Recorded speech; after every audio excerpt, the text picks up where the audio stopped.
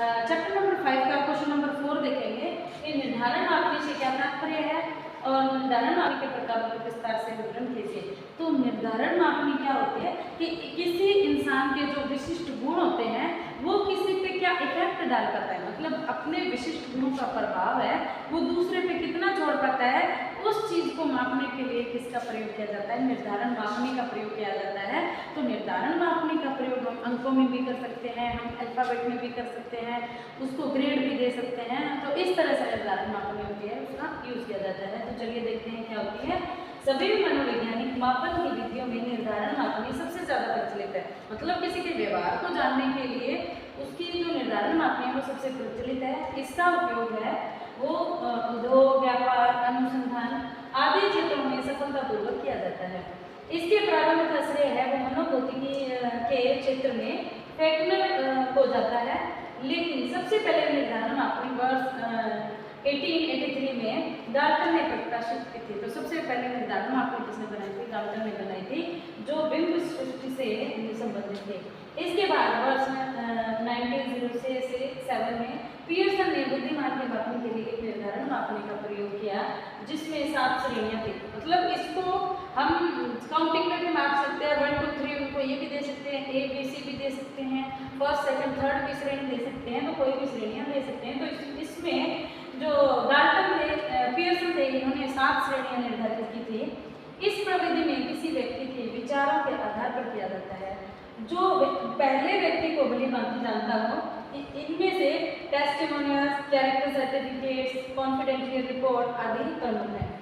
लेकिन निर्धारण मापने की विश्वसनीयता एवं वैधता निम्न स्तर से होने के कारण इसे अनुसंधान कार्य में बहुत कम प्रयोग में लाया जाता है, क्योंकि हम इन चीज़ों को फिक्स नहीं नाप सकते कि किसी का व्यवहार है, किसी का कैरेक्टर है, तो इन चीज़ों को हम क्या नहीं नाप नहीं सकते। सिर्फ ये क्या किया जाता है, सिर्फ निर्धारित किया जाता है, बाकी इनको हम इनका प्रयोग इसीलिए कम किया जाता है क्योंकि ये प्रमाणित नहीं होती। वॉन एलन के अनुसार निर्धारण मापनी किसी चर की मात्रा, तीव्रता, बारंबारता को निर्धारित करती है। जैसे ये उस श्रेणी में क्या कहता है, निर्देशित निरीक्षण की निर्धारण है, मतलब पहले कोई निर्देश निर्धारित करना, उसके बाद उसका निरीक्षण करना और फिर उसके बाद उसका निर्धारण करना, उसको ग्रेडिंग प्रदान करना ही क्या है, ये ग्रेडिंग करना ही निर्धारण है। निर्धारण मापनी एक ऐसा साधन है जिसके द्वारा यह जाना जाता है कि किसी व्यक्ति विशेष के जो विशिष्ट गुण हैं, विशिष्ट गुणों के संदर्भ में अपने संपर्क में आने वाले व्यक्तियों के ऊपर क्या छाप छोड़ी है। तो ये क्या आता है, अपने जो विशिष्ट गुण हैं उन विशिष्ट गुणों की छाप है वो दूसरों पर कितनी छोड़ी है।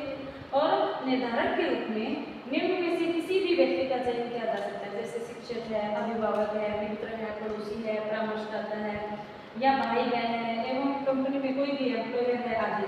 निर्धारण मापने में कुछ गुणों की एक सूची दी होती है जिसमें प्रत्येक व्यक्ति के सामने कुछ विशेष अथवा अंक लिखे होते हैं। अब जैसे कोई कंपनी में एम्प्लॉय है तो वो कितने दिन लेट आया है, कितने दिन वो यूनिफॉर्म में नहीं आया, कितने दिन उसने व्यवहार सही से नहीं किया, तो ये सारी चीजें होती हैं, उनका रिकॉर्ड तैयार किया जाता है। तो इसका निर्धारण किया जाता है और इसका जो रिकॉर्ड रखा जाता है उसके बाद उसको निर्धारण मापने के अकॉर्डिंग उसको ग्रेडिंग दी जाती है। तो देखिए, निर्धारक को अपने अनुभव और ज्ञान के आधार पर संबंधित व्यक्ति के विषय में किसी एक पर निशान लगाना होता है और इस विधि का प्रयोग है वो उपलब्धि परीक्षण में अधिकता से किया जाता है। यह एक आत्मनिश्चित विधि है और आजकल औद्योगिक प्रतिष्ठानों में कर्मचारियों के वेतन बढ़ाने या पदोन्नति करने में इस विधि का सहारा लिया जाता है और व्यक्ति की प्रक्रियाओं एवं प्रयोजनों के मूल्यांकन में भी इसका प्रयोग किया जाता है। तो सबसे ज्यादा प्रयोग है इसका कंपनी वगैरह में किया जाता है कि कोई जो एम्प्लॉय है वो उसका जो व्यवहार कैसा है, कितने दिन वो लेट आया है, कितने दिन वो यूनिफॉर्म में नहीं आया है, कितने दिन उसने बदतमीजी से बात की है। तो ये जो सारी चीजें हैं उसके अकॉर्डिंग उसका अगर प्रमोशन किया जाता है, उसका अगर इंक्रीमेंट किया जाता है, तो ये जो सारी चीजें हैं पहले उसका ग्रेडिंग देखा जाता है कि उसकी ग्रेडिंग कितनी है, उसके अकॉर्डिंग उसकी पदोन्नति की जाती है या उसके सैलरी में इंक्रीमेंट किया जाता है। तो उसके लिए निर्धारण मापनी है वो सबसे ज्यादा काम में आती है। उसके बाद देखिए, जो गुड एवं स्कैट के अनुसार यह उपकरण मूल्यांकन की जाने वाली वस्तु के विभिन्न अंगों की ओर ध्यान आकर्षित करती है, किंतु इसमें उतने प्रश्न या खंड नहीं होते हैं जितने चेकलिस्ट अथवा स्कोर कार्ड में होते हैं। उसके बाद देखिए निर्धारण मापने के प्रकार, कौन कौन से प्रकार होते हैं निर्धारण मापने के। तो सबसे पहला होता है संख्यात्मक मापदंड होता है। तो न्यूमेरिकल स्केल होता है जिसमें 1 2 3 ये रैंक दी जाती है। उसके बाद रेखांकित मापदंड है, तो इसमें एक रेखा चित्र बनाया जाता है, उसके अकॉर्डिंग स्केल दी जाती है। संचयी अंक मापदंड है, मानक मापदंड है। तो इन सभी को हम चलिए पढ़ते हैं सीरीज वाइज। सबसे पहले हम पढ़ते हैं संख्यात्मक मापदंड क्या होता है, न्यूमेरिकल स्केल कौन सी होती है। इस प्रकार के मापने में निर्धारक कुछ सीमित संख्या में वर्गों का चयन करता है तथा उन्हें उनके मापनीय मूल्य के अनुसार क्रमबद्ध कर देता है। अर्थात इस विधि में अंकों को निश्चित उद्दीपकों के साथ संबंधित कर देते हैं तथा व्यक्ति को अपने गुणों के अनुसार अंक मिल जाते हैं। इन अंकों को सुविधा की दृष्टि से 3, 5, 7 या 11 के पैमाने पर रख दिया जाता है। जैसे मैंने अभी बताया था कि कंपनी में कोई भी इंसान कोई काम कर रहा होता है तो उसकी पदोन्नति कैसे करनी है, तो वो इन अंकों पर डिपेंड करेगी कि उसकी जो उसके अंक है वो उसकी फाइल है वो पहले से तैयार की जाती है, उसको ग्रेडिंग है वो पहले से तैयार की जाती है।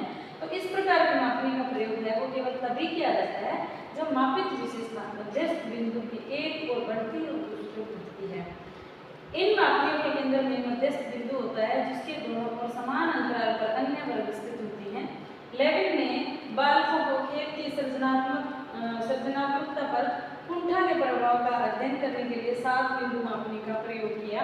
तो इसमें उन्होंने क्या किया कि इन्होंने एक मापनी बनाई जिसमें बच्चा है जो सृजनात्मक है, खेल में सृजनात्मक है, तो कौन सा ऐसा पॉइंट आया जिसमें उसने प्रोग्रेस की, कौन सा ऐसा पॉइंट आया जहाँ पे उसने डिग्रेस की। तो इन सभी चीज़ों का उसने क्या किया, रिकॉर्ड तैयार किया। तो बालकों को खेल की सृजनात्मकता पर कुंठा के प्रभाव का अध्ययन करने के लिए 7 बिंदु मापनी का प्रयोग किया। यदि हम नारी के सौंदर्य के आधार पर संख्यात्मक मापदंड तैयार करना चाहें तो मापदंड का रूप है निम्न हो सकता है।